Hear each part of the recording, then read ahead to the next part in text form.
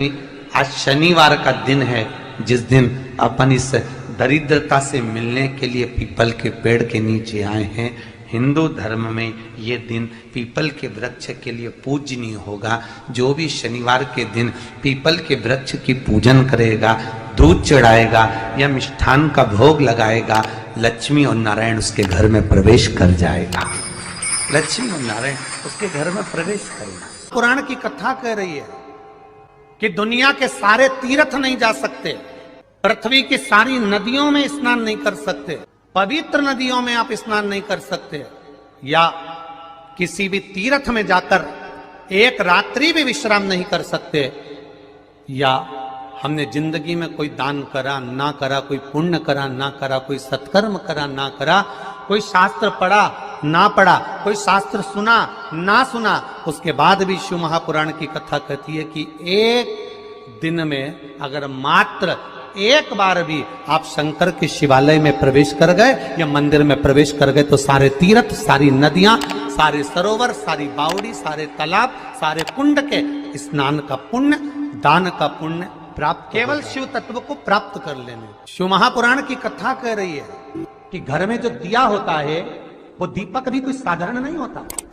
उस दीपक की भी महत्वता है, उस दीपक का भी वर्णन है। एक बात बहुत अच्छे से सुनिएगा, शायद आपकी जिंदगी को सवार, शायद आपके जीवन को। मेरी जीजियों, मेरे जीजाओं, मेरी बेटियों, बेटाओं, कभी मौका लगे, शंकर भगवान के शिवलिंग के पास में आप बैठे हैं, यहां तक शास्त्र कहता है कि घर में अगर किसी को बहुत तेज बुखार आ गया है, बहुत तेज बुखार, और बच्चा उस बुखार में तप रहा है, बहुत तप रहा है, मारा, तुम जिस दिए में भगवान की आरती उतारते हो, जिस दिए से तुम भगवान की पूजन करते हो, कभी मौका लगे और आप पूजन करने के लिए गए, कभी पूजन को शंकर भगवान के शिवलिंग के पास में या शंकर भगवान के शिवलिंग के ऊपर कनेर का अगर पीला फूल देखा है ना आप लोगों ने, अरे बोलो तो जम के, देखा है? कनेर का यदि पीला फूल शिवलिंग के आसपास में या शंकर भगवान के ऊपर कहीं रखा हुआ भी दिख जाए, विषम परिस्थिति हो, बहुत हिम्मत ना हारते, कभी भगवान अकेले में एकांत में आप पहुंचे उनके पूजन के लिए, कनेर का पुष्प वहां रखा है, चाहे वो जलाधारी पर रखा हो, चाहे वो शिवलिंग के पास में रखा हो, शिवलिंग पर रखा हो, उस कनेर के पुष्प को अगर आप 5 जगह का स्पर्श कराकर अपने हृदय की बात कहकर वापिस महादेव को समर्पित कर देते हो, तो भी मेरा महादेव तुम्हारे दुख का निवारण कर देगा। अब वो 5 स्थान, पहला गणेश जी का जो स्थान होता है वह जगह, दूसरा षडानंद कार्तिक, तीसरा अशोक सुंदरी वाला स्थान, चौथा जलाधारी जो ऊपर से बूंद बूंद जल नीचे गिरा रही है, जया, विषहरा, शामली बारी, दौतली, देव, शंकर जी की 5 बेटियों का, और 5वें नंबर का है शंकर भगवान के, जो कैसे वर्णन किया जाए, त्रिशूल के 3 भाग होते हैं। करें दर्शन आप लोगों ने, जैसे सामने त्रिशूल लगा है, इस त्रिशूल के ऊपर देखेंगे तो 3 भाग दिख रहे हैं, नजर आ रहे हैं सबको? त्रिशूल का जो 3 भाग होता है, उस 3 भाग का जहां ज्वाइंट होता है, जहां मिलता है, एक जगह पर देखो तीनों भाग एक जगह पर मिले हुए, 3 भाग का जहां मिलन होता है, 5वां स्थान, ये 5वां स्थान, यहां पर स्पर्श कराकर शिवलिंग पर अपनी कामना कर श्री शिवाय नमस्तुभ्यम कहकर बाबा से अपने मन की बात कहकर जो समर्पित कर देता है, हम 3 महीना भी नहीं कहेंगे, हम तो कहेंगे अगर ज्यादा दुख है 3 दिन इंतजार करना, मेरा बाबा उस दुख को मिटाए। 3 महीना बहुत दूर, पर करना है दिल से। और कई तरह के दीपक होते हैं, दीपक का भी विधान वर्णन किया गया, उस दिए का भी वर्णन किया गया। यहां तक शास्त्र कहता है कि घर में अगर किसी को बहुत तेज बुखार आ गया है, बहुत तेज बुखार, और बच्चा उस बुखार में तप रहा है, बहुत तप रहा है, तुम जिस दिए में भगवान की आरती उतारते हो, जिस दिए से तुम भगवान की पूजन करते हो, उस दिए की बत्ती को नीचे डाल दीजिए और उस दिए को पानी की बाल्टी में धो दीजिए। कौन सी बाल्टी में? जिस बाल्टी के पानी से आप बच्चे को स्नान करा सको, केवल भगवान पर से ले जाकर, पास में से ले जाकर उस बाल्टी में थोड़ी देर डाल दो और उस बाल्टी के पानी से उस बच्चे को स्नान करा दीजिए। 15 से 20 मिनट, आधा घंटा लगेगा बच्चे का। बड़ी बेचैन दिख रही हो तुम, क्या बात है? पार्वती जी कहती है देवव्रत काश्मीर प्रदेश का एक भक्त देवव्रत बेलपत्री के वृक्ष के नीचे बैठकर आपका मंत्र जाप कर रहा। मैं आपको जगाना नहीं चाहती थी, पर बेलपत्री के वृक्ष के नीचे लक्ष्मी झाड़ू लगाती है, सरस्वती वीणा बजाती है, इंद्राणी उस बेलपत्री के वृक्ष के नीचे जल का सींचन करती है, 33 कोटि देवी देवता उस बेलपत्री के वृक्ष की जड़ में विराजमान होते हैं। इसलिए देवव्रत एक बार पंचाक्षर मंत्र बोलता है तो वो 33 करोड़ बार गिना जाता है। ऐसा बेलपत्री का वृक्ष होता है। बेलपत्री के वृक्ष के नीचे एक बार अगर भगवान का नाम लिया जाता है तो वो 33 करोड़ बार, 33 कोटि बार गिना जाता है। एक मंत्र केवल नमः शिवाय, ओम नमः शिवाय, नमः शिवाय, ओम नमः शिवाय। फिर वही वाली बात आ गई जो पहले कथा में कहा, अपने लिए अच्छा वाला घी छाट के लाना, अच्छी कंपनी का लाना, और जब यज्ञ करने बैठे, पूजन करने बैठे, हवन करने बैठे, भगवान का तुम पाठ पूजन करवाई, पूजा वाले दुकान पे बोलना कि पूजा का घी चाहिए। तो वो पूजा का सामान बेचने वाला भी तत्चतुर था, उसने पूजा का ही घी दिया। तो इन्होंने पूछा भैया ये घी कितने का? तो क्या 80 रुपए का? तो 80 रुपए का आधा किलो? तो क्या पूजा का है? भारत की भूमि पर इस मृत्यु लोक में पूरे विश्व में ऐसे कई घर हैं जिनके घर में गुजारा करने के भी आफत है। पहनने के कपड़े नहीं, किसी के यहां पर भोजन नहीं, किसी के यहां जमीन नहीं, किसी के यहां दुकान नहीं, कोई पूरी जिंदगी किराए के मकान में निकाल देता है।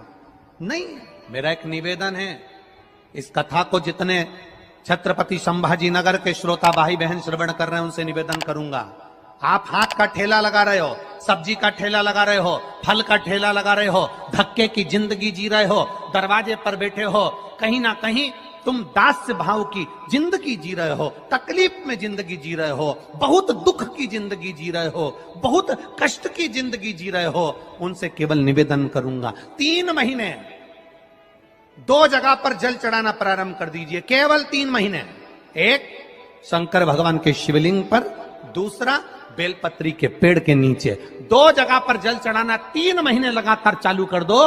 बाबा तुम्हारा हाथ पकड़कर तुम्हें उन्नति की सीढ़ी पर चढ़ा देगा। हमें कोई चमत्कार करना नहीं आता, और ना हम कोई तंत्र विद्या या मंत्र विद्या जानते हैं, ना हमारे पास में बेल है, ना हमारे पास में भभूति है। हमारे पास में तो केवल शिव का नाम है। आप श्री शिवाय नमस्तुभ्यम बोलो, ओम नमः शिवाय बोलो, नमः शिवाय बोलो, चाहे महामृत्युंजय मंत्र बोलो, उसका स्मरण करते करते भगवान शंकर के शिवलिंग पर जल, और उसी पात्र में जो जल तुमने शंकर जी को चढ़ाया है उसमें से बचा हुआ थोड़ा सा जल बेलपत्री के पेड़ के नीचे चढ़ाना प्रारंभ कर दो। अलग से बेलपत्री के पेड़ के नीचे चढ़ाने के लिए अलग से लोटा भर के जल जरूरत नहीं पड़ेगी। जो तुमने शिव जी को जल चढ़ाया, जो तुमने देवाधिदेव महादेव को जल चढ़ाया, बस उसी पात्र का जल शंकर जी को चढ़ाओ, उसमें से बचा हुआ थोड़ा सा जल बेलपत्री के वृक्ष के नीचे चढ़ाना प्रारंभ करना। कौन सा बेलपत्री का वृक्ष? जिसकी छाया आपके ऊपर आ रही हो। शिव महापुराण बड़ी सुंदर बात कहता है, ध्यान दीजिएगा। जिस बेलपत्री का पौधा तुम्हारे सिर का, और ये दोनों हाथ ऊपर कर लो, अपन खड़े हुए और खड़े होकर दोनों हाथ ऊपर करे, इतना बड़ा बेलपत्री का पौधा है, उस बेलपत्री के पौधे की पत्ती को कभी तोड़कर शंकर जी को नहीं चढ़ाना चाहिए। ध्यान रखना, कितना बड़ा पौधा। आप खड़े हो जाओ और खड़े होने के बाद आपका हाथ ऊंचा कर लेना, इतना बड़ा पौधा है, उस पौधे की पत्ती बेलपत्री को तोड़कर शंकर भगवान को कभी नहीं चढ़ाना। शंकर भगवान को उस बेलपत्री को, उस वृक्ष की पत्ती को तोड़ना चाहिए जो वृक्ष तुम्हारे हाथ से थोड़ा सा ऊंचा हो, जिसके लिए तुम्हें हाथ और ऊंचा करना पड़ रहा हो। जैसे एक बच्चा अपनी मां की गोद में बैठने के लिए दोनों हाथों से उचकता है, आवाज लगाता है, उचकता है, आवाज लगाता है, हाथ ऊपर करता है, तो मां उस बच्चे को गोदी में ले लेती है। उसी तरह उस बेलपत्री के वृक्ष की पत्ती तोड़ना चाहिए जिसने थोड़ी उन्नति कर ली हो, जो थोड़ा ऊंचा हो गया हो। तुम उसको पाने का प्रयास करो तो भगवान भी तुम्हें अपनी गोदी में ले ले। ऐसे वृक्ष की तुम छोटा सा पौधा, बिल्कुल जरा सा पौधा, उसी की पत्ती तोड़कर महादेव को चढ़ाओ। यदि बेलपत्री का पेड़ आपके यहाँ है और मान लो कई लोग बेलपत्री गमले में लगाते हैं या छत के ऊपर लगा देते हैं, बेलपत्री का वृक्ष जो होना चाहिए वो घर के ठीक पीछे या बेलपत्री का वृक्ष अगर पीछे नहीं है तो आप अपने घर से जब बाहर निकलते हैं तो राइट हैंड की ओर बेलपत्री का वृक्ष होना। आप जब घर से प्रवेश कर रहे हैं बाहर की ओर निकल वो सुख का अनुभव करें। यदि घर से निकलते समय बेलपत्री का पेड़ लेफ्ट में अगर आता है, आप जिस घर से निकल रहे हो लेफ्ट में अगर बेलपत्री का पेड़ आता है तो आप 1 रुपए कमाएंगे, 1.25 रुपए खर्च होगा, पैसा हाथ में टिकेगा नहीं। घर में 10 लोग भी कमा रहे हैं तो पैसा घर में दिखेगा नहीं, आएगा जरूर, सारे काम होंगे पर टिकेगा नहीं।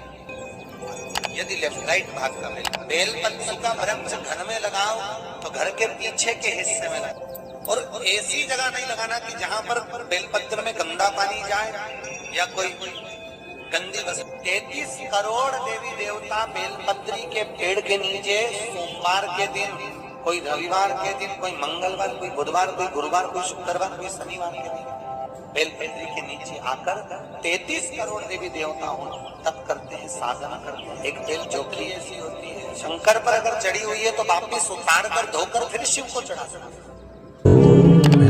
किसी व्यक्ति से कोई काम करवाना है, वो काम नहीं कर रहा, कोई फाइल आगे नहीं बढ़ रही है, कोई कार्य अटक रहा है, या फिर कहीं रुपया पैसा अटक गया हो, नहीं निकल रहा हो, तो एक जल के पात्र में जल भरकर 5 बेलपत्री शिव जी को समर्पित कर कुंदकेश्वर महादेव का नाम लेकर एक सफेद पुष्प बेलपत्री के ऊपर जो शिव जी को चढ़ाई है उस पर समर्पित कर जल जो लेकर गए हो, अपनी उस कामना को कर कि मेरा ये कार्य अटक रहा है, ये कार्य नहीं हो रहा, कुंदकेश्वर महादेव का नाम लेकर धीरे धीरे जल की धार चढ़ाइए। और एक बात हमेशा याद रखना, फिर निवेदन कर रहे हैं, अच्छे से समझ लेना, शंकर जी पर जब जल चढ़ता है, शिव जी का जब अभिषेक होता है, शंकर जी पर जब जल चढ़ाया जाता है, दूध चढ़ाओ, जल चढ़ाओ, कुछ भी चढ़ाओ, पर एक बात का स्मरण अपने जीवन में होना कि इतने ऊपर से मत चढ़ाना कि जल चढ़े और छींटे आपके ऊपर। बहुत ध्यान दीजिएगा। हाँ, तो यहां तक वर्णन करा गया है कि शंकर जी का जल चढ़ा हुआ जहां से बहकर जाता है ना, उसको लांगा तक नहीं जाता। यहाँ लांगते हैं क्या? नहीं ना, परिक्रमा भी करेंगे तो वहीं से लौट कर वापिस उधर जाएंगे। शिव जी का जहां से जल बहकर जा रहा हो, चढ़ा हुआ जल जहां से बहकर जा रहा हो, उसको लांगा तक नहीं जाता। और कई लोग बड़े बड़े आनंद में शंकर जी पे इतनी ऊपर से जल चढ़ाएंगे तो वो छींटे पूरे अपने ऊपर आना चाहिए, शरीर पर आना चाहिए। नहीं, उसका दोष है, हमारा उसका दोष है।